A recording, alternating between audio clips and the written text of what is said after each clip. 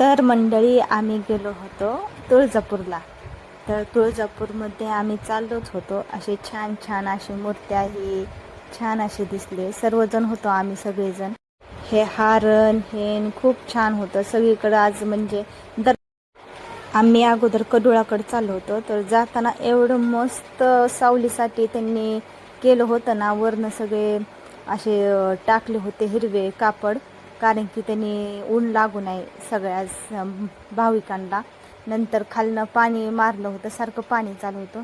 नंतर आम्ही शेवटी कडुळात गेलो. तिथं अगोदर देवाला जायच्या अगोदर आधी आम्ही आंघोळ केली अशी मस्त, म्हणजे कडुळात स्नान केले. नंतर पाणी घेत होते मी बाटली भरून, कारण की आम्हाला घरी नेला. नंतर आम्ही तिथनं निघालो.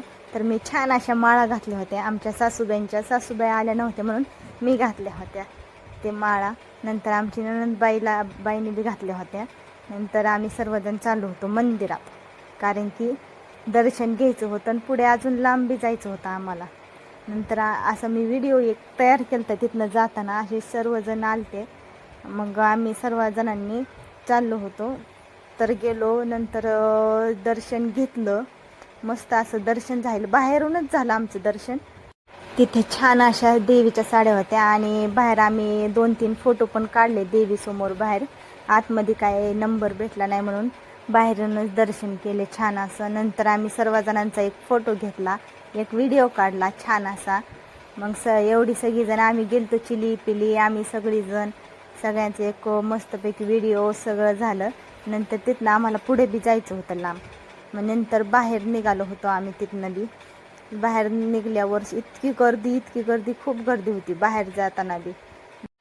तुळजापूरला आल्यावर छान असं मस्त वाटलं, पण एवढी गर्दी होती ना की जायला येत नव्हतं. जर वेळेस असते गर्दी या.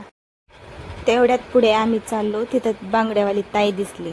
तर म्हणलं छान अशा बांगड्या घ्याव्यात सगळ्यांना, देवाला पण घरी आणायच्या होत्या आणि आम्ही सर्वजणींनी बी घालणार होतो तिथं. मग सगळ्यांनी कुणी 4, कुणी 5, कुणी 2 अशा सगळ्यांनी आपापल्या ह्याने घातल्या बांगड्या. सगळ्या बारक्या पुरींना बी ना आम्ही बी सर्वजणांनी घातल्या होत्या बांगड्या. छान अशा देवीच्या बांगड्या होत्या, त्यामुळं घातल्या. पहिल्यांदाच आम्ही गेलो होतो तिथं म्हणून घातल्या अशा. मग सगळ्यांनी एक फोटो काढला, असा छान असा फोटो काढला होता. सगळेजणींनी बांगड्या घातल्या होत्या म्हणून. तिथून बी आम्हाला खूप लांब जायचं होतं येरमाळ्याला पुढे, म्हणून हे बी कालवा करत होते जायचे म्हणून उरकून घेतला आम्ही. बांगड्या हे घातल्यानंतर गाडीवर बसलो, चाललो होतो. जाताना तिथं ते प्रसिद्ध झालेलं भाग्यश्री हॉटेल दिसलं. मग आम्हाला जायचं होतं, पण म्हणलं कसं जायचं, कारण की आम्हाला पुढं देवाला जायचं होतं म्हणून तिथं गेलो नाही आम्ही. जरवीज दिसतं, पण काय करायचं, पुढे देवाला जायचं असतं त्यामुळे सगळं राहतं तसंच. मग तिथून पुढे निघालो होतो आम्ही. असं गाडीवर आम्ही चाललो होतो आणि त्यांनी 4 चाकीने चालले होते राहिलेले, आणि आम्ही 3 जणच गाडीवर चाललो होतो. छान असं वातावरण झालं होतं, ऊन नव्हतं काय नव्हतं. मस्त वाटलं, गाडीवर हवा येत होती छान अशी. नंतर असं मोकळं वातावरण असल्यावर उलट्याही होत नाहीत, त्यामुळे मी गाडीवरच जाते सहसा. गाडीवर बरं वाटतं. 4 चाकीत आपल्याला तर उलट्या होत्या, तर म्हणून जात नाही. आणि गेलो. नंतर मग अंधार झाला होता आम्हाला बी जायला. तर छान असे बंगलेही दिसत होते. नंतर लाईटीची सोय पण छान केली तिथे. अजून पण खूप लांब होतं येरमाळ्याला जायला, पण चाललोच होतो आम्ही, कारण की आम्हाला माहीतच होतं रात्र होणार आहे म्हणून. असं मग चाललो आम्ही.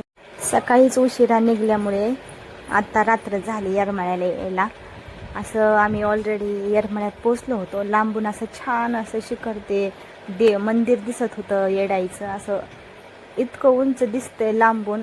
तर आम्ही पोचलो होतो तिथं येडाईत. तर तिथनं आतमधला व्हिडिओ काही काढला नाही आहे मी पायऱ्या चढायचा, पण बाहेरनं जेवढं दिसतं तेवढं मी व्हिडिओ काढून घेतला होता छान. शेवटी आम्ही दोघींनी एक गाणं गायले येडाईच्या फोटोपाशी उभा राहून. छान असं. चांगलं वाटलं असले तर लाईक करा. जरी काटा टोचला मला, आधी कळून येतंय तिला, सारा मार्गच करती खुला, अशीच ती जिला.